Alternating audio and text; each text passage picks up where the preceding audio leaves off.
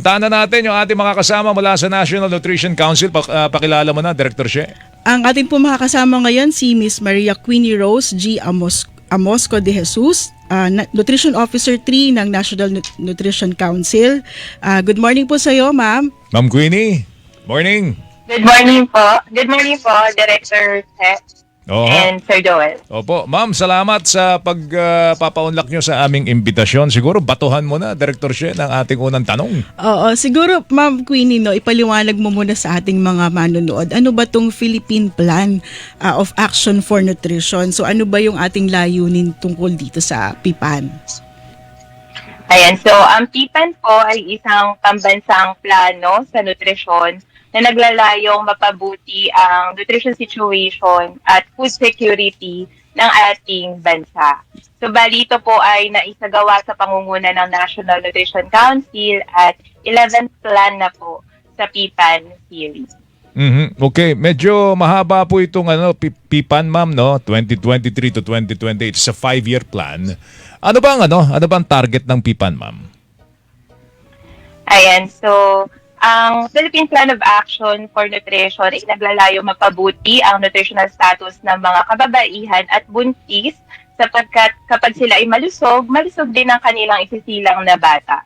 So, nilalayo din natin na mapabuti o yung bilang ng mga underweight, wasted or yung mga labis na payat, mga batang bansot or stunted, at yung bilang ng labisang timbang or overweight and obese. So mula sa mga batang under 5 years of age at saka sa ating mga adolescents. No? For adults, nais mapababa yung bilang ng mga overweight and obese kasi alarming yung pagtaas ng mga matataba sa ating bansa. Ayan. Pag-usapan natin yan, ma'am. Oo, mamayang konti, no? Sorry po. Hindi, okay lang. Sige, ma'am, you also want to what, ma'am? Sige, tuloy. To increase po yung mga bilang ng mga nagpapasusong ina mula 0 to 6 months, excessive breastfeeding, and itaas din po yung kalidad ng mga ibinibigay na pagkain sa mga batang 6 to 23 months old. Okay. Magandang nabanggit ninyo, no, kasi yung ang pagtutuunan ng pansin ay yung mismong buntis, yung nanay na buntis, no. So sa sinapupunan pa lamang nung bata parang it will yung magiging nutrisyon ng nanay will dictate the course of nutrition ng bata, lalo na paglabas, di ba? So magandang dun sinisimulan po ito. Pero sa kasalukuyan ba, ma'am? Kaya bakit ba tayo nagkaroon ng Philippine Plan of Action for Nutrition? Ano ba ang kasalukuyang estado o sitwasyon ng nutrisyon sa Pilipinas? Sa ngayon po, taas ng bilang ng mga batang bansot sa ating bansa. So, binabantayan po natin yung mga batang bansot sapagkat kapag hindi po ito naagapan within the first 1,000 days or yung unang 2 taon ng bata, maaaring maging permanent yung damage sa brain ng bata. Unlike po sa mga kulang sa timbang, pwede natin silang i-subject sa dietary supplementation para mabawi yung timbang nila. Doon sa mga labis na payat, may tamang management tayo for them. But for batang bansot, kapag nahayaan natin to until mag 2 years old sila, mahirap na po siyang bawiin pagdating sa mga interventions. So, yun po yung isa sa tinitingnan natin.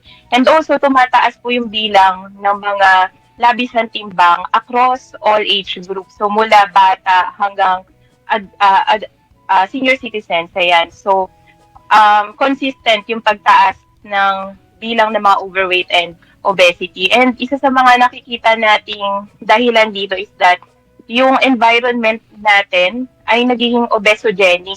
Ibig sabihin, mas nagiging accessible yung mga pagkaing mataas yung energy or calories, mas mataas yung mga access sa mga pagkaing mababa yung nutrient content. Nandyan din yung pagiging accessible ng mga technology na nagpapagaan ng ating lifestyle. So ito yung mga nakikita nating dahilan bakit patuloy na tumataas yung bilang ng mga overweight and obese.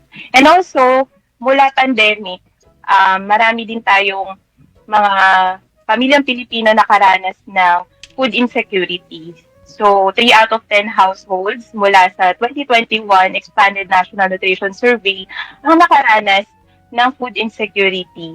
So, yun po yung mga gusto nating i-address sa bagong PIPAN, pababain yung stunting, and of course, other forms of undernutrition, pababain yung overweight and obesity across all age group, and maging food secured yung mga households. Okay. Director She, meron kang dagdag doon? Sir, tanong ko lang yung sa mga batang bansot kasi parang feeling ko ako yata. Hindi na raw kayang Hindi na kaya. Hindi na kayang baliktarin pa eh. Oo nga, sir. So, ano ba yung mga intervention nyo para naman dun sa mga future na para ma-address sila habang bata pa sila? Ano ba yung ating mga nakikitang programa para sa kanila? Ayan, so meron po tayong first 1,000 days strategy kung saan sinisiguro natin na matatarget yung ating mga buntis, nagpapasusong ina at mga batang 23 months old sa ating mga interventions.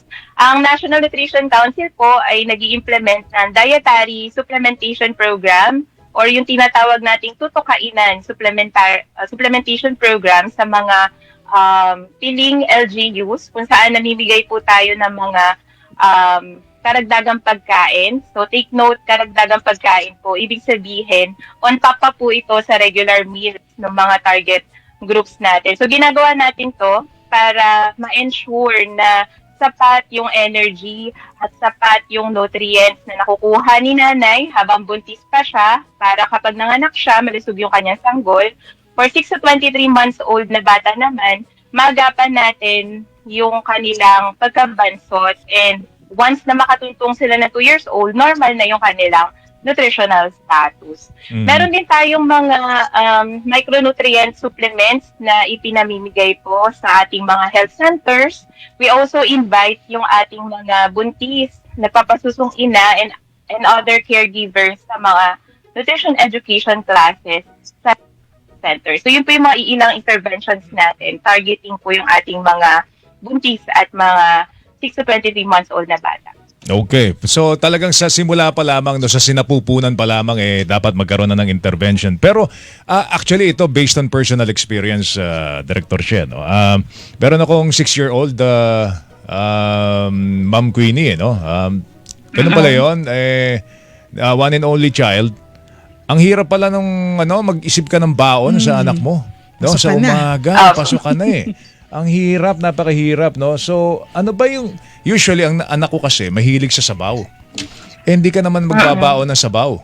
Dahil baka tumapon sa bag, di ba? Hindi mo alam kung paano mo ibabaon niya. Tsaka syempre gusto mo, pagka kinain niya, mainit. Mainit Oo, pa. kaya lang, pagka sabaw, hindi na.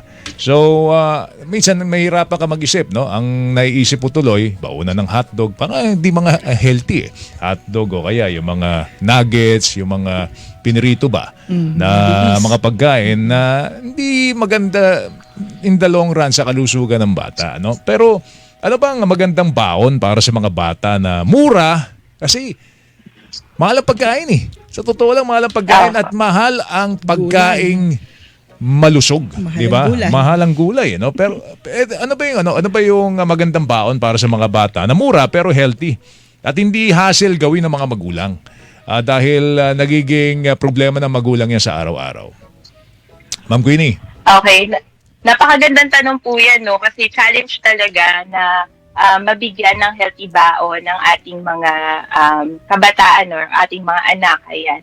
So, bali, Sir Joel, ang pwede natin gawin is that kumuha tayo mismo dun sa niluto natin para sa buong pamilya, no? So, yun yung una natin. Teka, nawala si Ma'am Queenie. Ma'am, sandali. Importante yung binabanggit ni Ma'am Queenie. Oo. Ako minsan, nagluluto na, halimbawa, adobo. Luto na ako ng isang linggo, kasama na yung baon niya. Adobo, kaya mechado, kaya lang, kung hindi ko pa kakainin sa harapan ko, hindi kakain Susubuan. Oo. Siguro maganda rin magkaroon ng may mga kasabay siya. Makikita niya, challenge siya siguro. yung mga kaklase niya kumakain ng mga ganong klase ng pagkain. So siguro, baka mainggan yung kumain din. No? Kaya lang, usually, napakahirap talaga, Director. Ikaw, buti ikaw, halfway ka na eh. Oo, diba? sir, pero yung challenge sa akin naman yung aking team. Kasi napaka-picky sa pagkain. Yun nga. Tapos Oo. ayaw niya yung malalaking baon. Ayaw niya. So, ang isa nang gagawin ko, yung sandwich, no? Talagang hahati-hatiin ko pa Maliliit pa. Maliliit pa Oo. para lang kainin niya. Tapos, kailangan iba-iba. Parang today, pwedeng tuna. Oo. Bukas, iba naman. Iba Mag-iisip ka na oo. naman. Kasi Oo. minsan na yung surroundings ba, no? Minsan nabubus ka, ay, yan na naman ang baon mo. 'Di ba? Parang ganoon, no? So okay na si Ma'am. Mang Queenie. Naputol kayo. Ayun, sorry, Binabanggit naputol nyo, po. ma'am, na Opo. na magluto ng pagkain pang kasama na yung kanyang baon, ganun ba 'yon? Yes po, opo. So yun yung una nating pwedeng gawin. Mula sa niluto natin para sa buong pamilya, kukuha na tayo ng pambaon ng bata. No? So gusto nating turuan yung mga bata na kumain ng iba't ibang klase ng pagkain, ulam, no? At hindi puro snack para sa kanilang baon, no? And tama po yung sinabi niyo, Sir Joel, mahalaga po na maging model yung iba't ibang miyembro ng pamilya pagdating sa pagkain. Kasi ang mga bata po, ginagaya lang naman nila kung anong kinakain din ng kanilang magulang. So habang bata pa, turuan na sila na kumain ng iba't ibang klase ng pagkain. Huwag silang sanayin sa iisang flavor lamang sapagkat hahanap-hanapin nila yon. So may mga bata na may preference talaga sila sa mga matatamis sapagkat madalas or bawat araw may nakakain silang matamis. So hinahanap nila yon. So kung iba't ibang lasa po ng pagkain yung titikman nila sa kada araw, mawawala po yung preference na yon for strong flavored foods, no? So kaya ini-encourage natin na kung anong kinakain ng pamilya, yun din yung kinakain ng bata. So hindi po natin may iwasan na magluto ng mga fried foods, no? So okay lang naman po yun, basta in moderation. So kung magluluto po ng fried food para sa baon ng bata ngayon, pwedeng sa mga susunod na araw, hindi na fried foods. Ayan. And also, sanayin din po natin yung mga bata na kumain ng prutas, no? Napakahalaga po kasi na bata pa lang sila, marunong na silang kumain ng prutas at of course gulay kasi nadadala nila yon pagtanda nila. Ang mga bata, nagiging picky eater po sila kapag lagi silang nakakatikim ng strong flavored na pagkain. Yung mga prutas po kasi, hindi naman sila strong flavored. Kaya kapag pinakain mo siya sa bata na picky eater, hindi niya talaga kakainin yun. So dapat, araw-araw or at least 3 times a week, nakakakain po sila ng mga prutas gaya ng saging, ng mansanas, hinog na papaya, pineapple at iba pa. Kasi it helps them na matutong kumain ng iba't ibang klase ng pagkain. So for children, pagdating sa baon po, ang kailangan lang naman natin tandaan, dapat meron silang go, pwedeng kanin yon, pansit, pwedeng pasta, pwedeng tinapay, no, pwedeng sandwich. Then grow, dapat may karne, isda, or any form of protein-rich food, pwedeng itlog. And then glow food, any form po ng gulay at saka prutas. So yun lang naman yung kailangan natin tandaan pagdating sa baon ng mga bata. Okay. Siguro, ako actually, since ang anak ko ay paborito niya mga nuggets, ako na lang gumagawa ng nuggets. Oo. Kasi Yes, pwede rin po yun. minsan Opo. kasi 'di ba hindi mo may makakabili ka ng do sa mga drive-thru, do sa mga ayokong banggitin yung yung brand Pero ako na mismo gumagawa. Gagawin ko, lalagyan ko ng patatas, lalagyan ko ng keso, syempre yung giniling na manok. O kasi yun lang naman ang nun Tapos lalagyan mo ng konting asin para yung kinakain niya sukat na sukat mo at alam mo kung ano yung laman. Ano yung nilagay mo doon? Tapos gagawin kong hugis nuggets para kala niya, uy, binili ni daddy to sa ganitong drive-thru. So, ganun ang ginagawa ko. At least, hindi ko piniprito, ini-air fry ko. para hindi siya fried, no? Kaya lang syempre pag nakita ng teacher, fried na naman ang ulam mo. So parang napupulaan yung magulang, no? Pero hindi, siguro mas maganda yung ganun ang gagawin mo, no? Mag-research ka, ang hirap kasi pakainin talaga mga bata ngayon. Yung gulay gagawin mo hamburger, parang tingin nila karne. 'Di ba? Dapat ganun. Tama ba 'yon, ma'am? Kasi si Ma'am Queenie registered nutritionist din no? Level up ng konti Maganda po yung ginagawa niyo, Sir Joel, na kayo na mismo nagpe-prepare ng pagkain. Kasi at least alam niyo kung anong laman nung kinakain ng bata, and also madali nga silang ma-encourage na kumain ng mga gulay kasi naitatago natin. So, as parents po, kailangan din talaga natin maging creative pagdating sa papakain sa mga bata. Oo, totoo yan. Pero, ma'am, itong PIPA, balikan natin itong Philippine Plan of Action for Nutrition. May mga challenges di ba, Director Shen, no? Mahal ang pagkain ngayon paano mo papayuhan ng tao na kumain ng malusog, gayong yung malusog na pagkain ay mahal. Maliban doon sa problema natin sa taas ng presyo ng pagkain, ano pa yung mga challenges na kinakarap para maipatupad natin na maayos ito pong PIPAN, Ma'am Queenie? Ayan, so aside po sa pagtaas ng presyo na nagpapalimit sa access ng mga nutritious foods sa bawat Pilipino, no? Bali, isa sa mga nakikita nating challenge ay yung mismong implementasyon ng plano sa local government units hanggang sa barangay, no? Meron pa po kasing ilang mga LGUs na hindi umaabot yung PIPAN hanggang barangay level, no? And meron din naman tayong mga LGUs na excellent performers, no? Sila talaga yung nakakapag implement ng PIPAN, and kitang-kita yun sa pagpapababa din ng mga malnutrition prevalence sa kanilang lugar. So yung harmonization po ng collaboration mula sa national down to barangay level, ayan, challenge pa rin po siya. Kaya continuous po yung advocacy natin sa ating mga local chief executives at sa ating mga local government units na mag-invest sa nutrition. Okay, Director She. Siguro po as a guide sa ating mga local government units, no, paano ba ipapatupad itong PIPAN sa level nila, no, at saka paano ibababa hanggang sa barangay? Ano ba yung mga best practices na nakikita po ninyo? Ayan, so sa mga excellent performers po natin, nakikita na sila ay merong mga local nutrition action plans na may sapat na budget at naka-integrate po sa iba't ibang development plans, no?